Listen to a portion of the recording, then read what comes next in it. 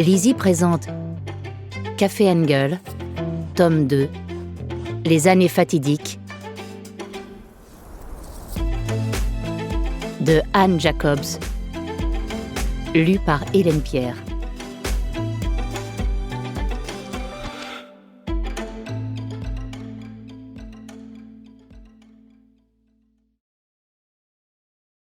Hilde, mars 1951.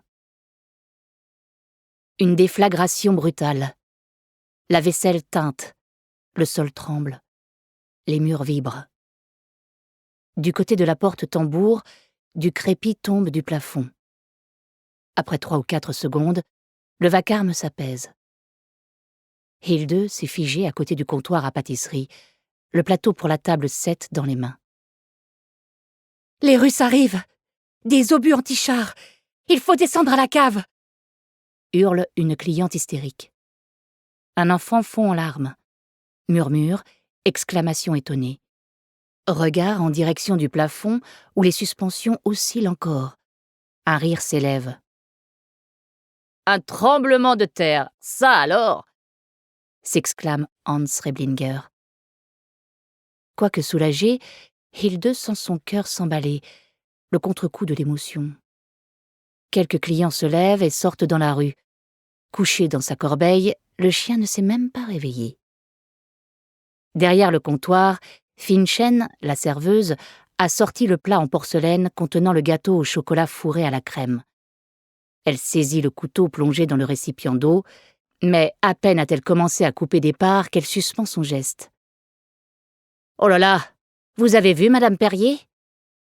Mais le service n'attend pas. Hilde commence par apporter leur petit déjeuner aux 2 jeunes comédiennes qui ont une répétition au théâtre dans la matinée.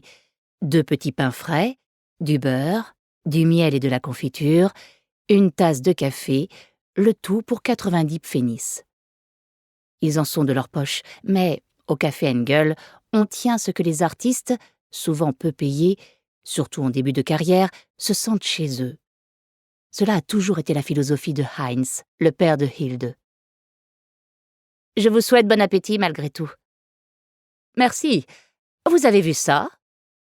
demande l'actrice Karine Langesser en pointant le doigt vers le comptoir. Hilde se retourne et reste ébahie. La vitrine est parcourue par un motif ressemblant à une toile d'araignée tracée avec une pointe en acier. « Non !» laisse-t-elle échapper tout bas. Finchen repose le gâteau avec un regard soucieux. « C'est incroyable !» dit-elle tandis que Hilde promène ses doigts sur la vitrine. Elle a traversé les bombardements sans une égratignure et une petite secousse de rien du tout suffit à la fêler. Quand Madame Corr verra ça... Les clients sortis voir ce qui se passait regagnent la salle en parlant tous en même temps. Un mur en ruine s'est effondré dans le quartier des Sources, manquant de peu une femme et ses 2 jeunes enfants. Un vélo chargé de 2 sacs à provisions s'est renversé et plusieurs tuiles se sont écrasées sur le trottoir devant le café Koenig. Else, qui sort à cet instant de la cuisine sans avoir pris le temps d'enlever son tablier enfariné, prie aussitôt Hilde de sortir vérifier si le toit n'a pas souffert. Dehors, le soleil des premiers beaux jours brille comme si de rien n'était.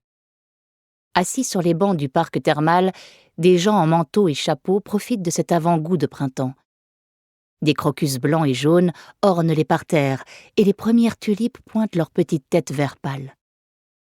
Devant le café Koenig, 2 serveurs installent des tables et des chaises pliantes, tandis qu'un garçon ramasse les débris de tuiles et les jette dans un seau.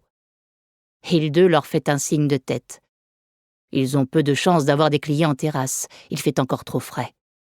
Mais peut-être se trompe-t-elle.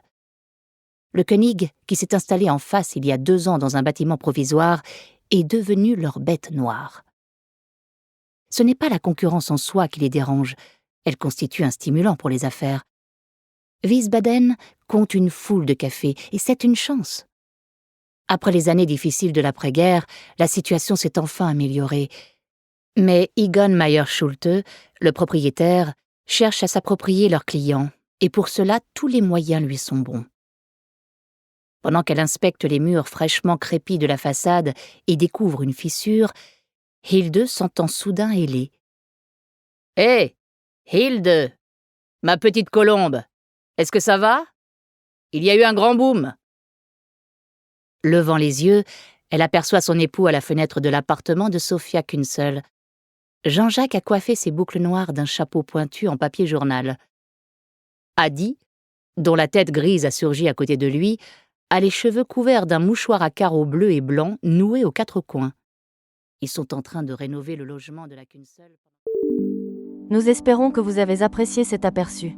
Pour continuer à écouter ce livre audio sur Google Play Livres, utilisez le lien dans la description de la vidéo.